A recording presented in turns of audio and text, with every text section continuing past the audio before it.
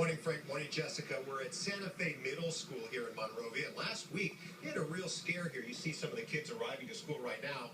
Somebody called police and threatened to start shooting people here at this middle school on Monday of last week. They had to take that very seriously. They locked down the school from 2 o'clock in the afternoon until about 5 o'clock. That's when the kids were finally allowed to go home. They could do nothing but stay in their classrooms and wait for their parents eventually to pick them up. They couldn't even go to the bathroom.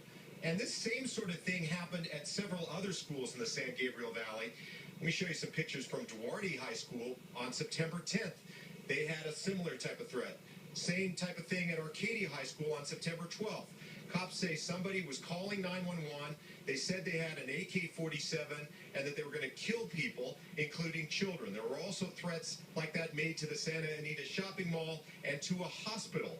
Every time, police had to take these threats seriously, locking down and searching these places, calling in the SWAT team in some cases. There was no real threat, but they had to make sure, and that meant diverting cops from real emergencies. Well, late yesterday, a task force consisting of the Sheriff's Department, the FBI, and other police agencies caught the guy they believe is responsible for this. And let me show you a picture now.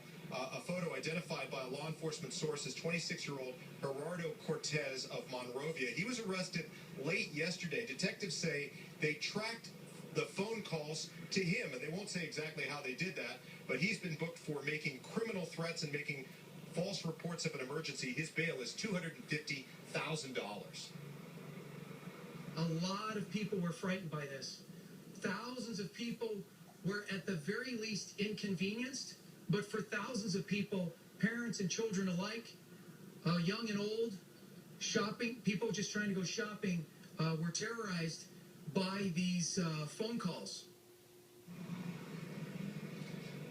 On Gerardo Cortez's Facebook page, there's video of him shooting a gun at a target range. Police are trying to figure out if that weapon belonged to him, if he actually had any real weapons to back up his threats, or whether he was just doing this kind of for the thrill of it all. They were searching his home late yesterday. Back here live at Santa Fe Middle School, talking to some of the kids and their parents this morning. Very relieved to hear that somebody is in custody for what happened here last week. And we should also tell you